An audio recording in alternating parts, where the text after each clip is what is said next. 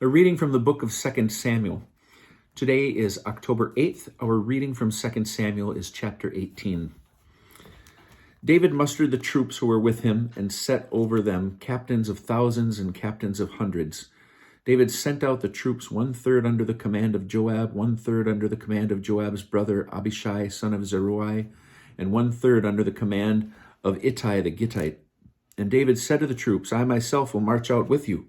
But the troops replied, No, for if some of us flee, the rest of us will not be concerned about us. Even if half of us should die, the others will not be concerned about us. But you are worth 10,000 of us. Therefore it is better for you to support us from the town. And the king said to them, I will do whatever you think is best.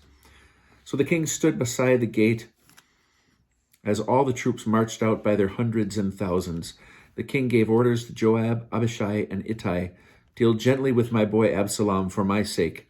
All the troops heard the king give the order about Absalom and all the officers. The troops marched out into the open to confront the Israelites, and the battle was fought in the forests of Ephraim. The Israelite troops were routed by David's followers, and a great slaughter took place there that day, 20,000 men. The battle spread out over that whole region, and the force devoured more troops that day than the sword.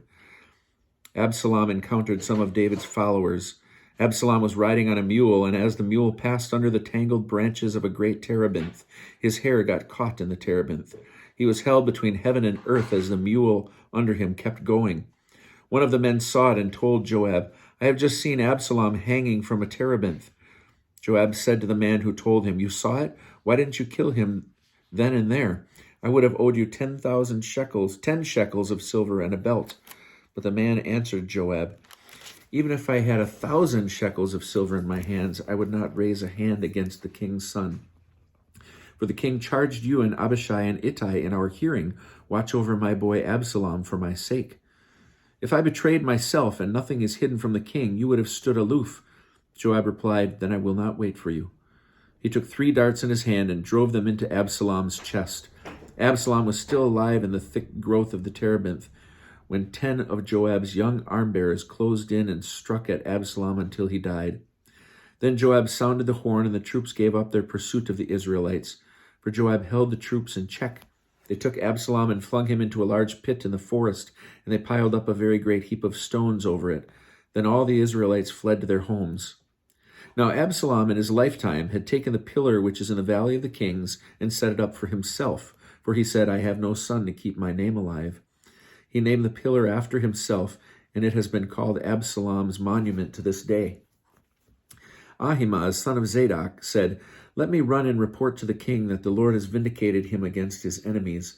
But Joab said to him, You shall not be the one to bring tidings today. You may bring tidings to some other day, but you'll not bring any today, for the king's son is dead. And Joab said to a Cushite, Go tell the king what you have seen. The Cushite bowed to Joab and ran off.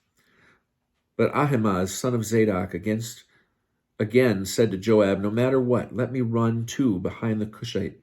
Joab asked, Why should you run, my boy, when you have no news worth telling? I am going to run anyway. Then run, he said. So Ahimaaz ran by way of the plain, and he passed the Cushite. David was sitting between the 2 gates. The watchman on the roof of the gate walked over to the city wall.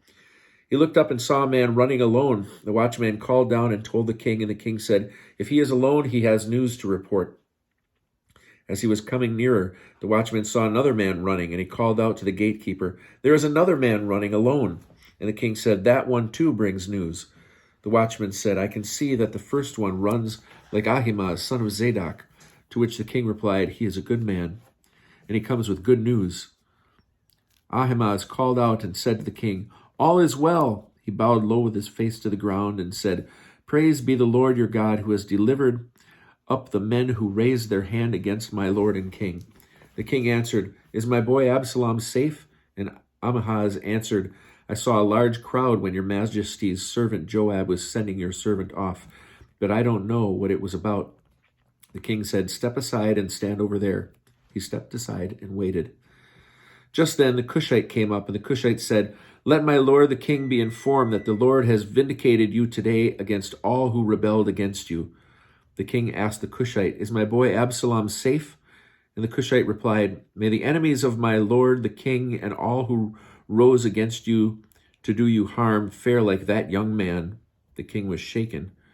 He went up to the upper chamber of the gateway and wept, moaning these words as he went.